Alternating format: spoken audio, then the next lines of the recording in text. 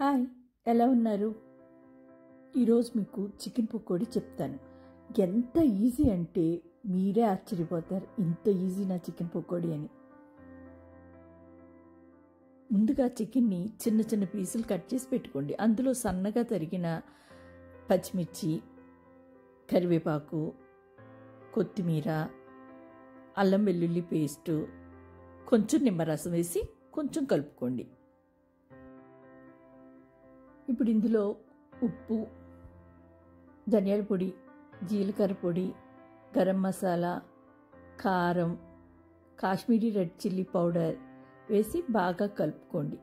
Kashmiri red chilli powder వేయడం వల్ల మనం కలర్ వేయక్కర్లే, రెడ్గా ఉంటుంది. ఒక 1 అవర్ పక్కన పెట్టుకోండి.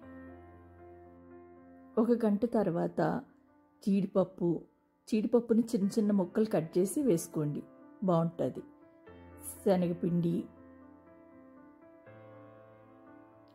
బియ్యపిండి, శనగపిండి కన్నా బియ్యపిండి ఎక్కువ ఉండాలండి, వేసి బాగా కలుపుకోండి. వాటర్ కొంచెం కావాలనుకుంటే పోసుకోండి. ఈ విధంగా రావాలి. ఇప్పుడు కడాయి తీసుకుని డీప్ ఫ్రైకి కావాల్సినంత ఆయిల్ హీట్ చేయండి. ఆయిల్ బాగా హీట్ ఎక్కాలండి, ఇది మాత్రం గుర్తుంచుకోండి. మన చికెన్ పకోడీ అందులో వేసి వేపుకుందాం.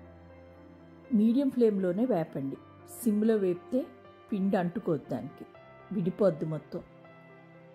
ఈ విధంగా ఎర్రగా వేగిన తర్వాత తీసేయండి. చూసారా మన పకోడీ ఎంత బాగా వేగిపోయిందో? చూడటానికి ఎంత బాగుందో చూడండి. తినడానికి కూడా బాగుంది, చాలా అంటే చాలా బాగుంటుంది. ఇప్పుడు ఈ పకోడీని ఆనియన్స్ సాస్తో సర్వ్ చేయండి. పిల్లలు ఎంత ఇష్టంగా తింటారంటే అంత ఇష్టంగా తింటారు. ఇంత ఈజీ రెసిపీ కదా, ఒక్కసారి ట్రై చేయండి. మీకు ఎలా వచ్చిందో కామెంట్ చేయండి. నచ్చితే లైక్ చేయండి, షేర్ చేయండి, సబ్స్క్రైబ్ చేసుకోండి ప్లీజ్.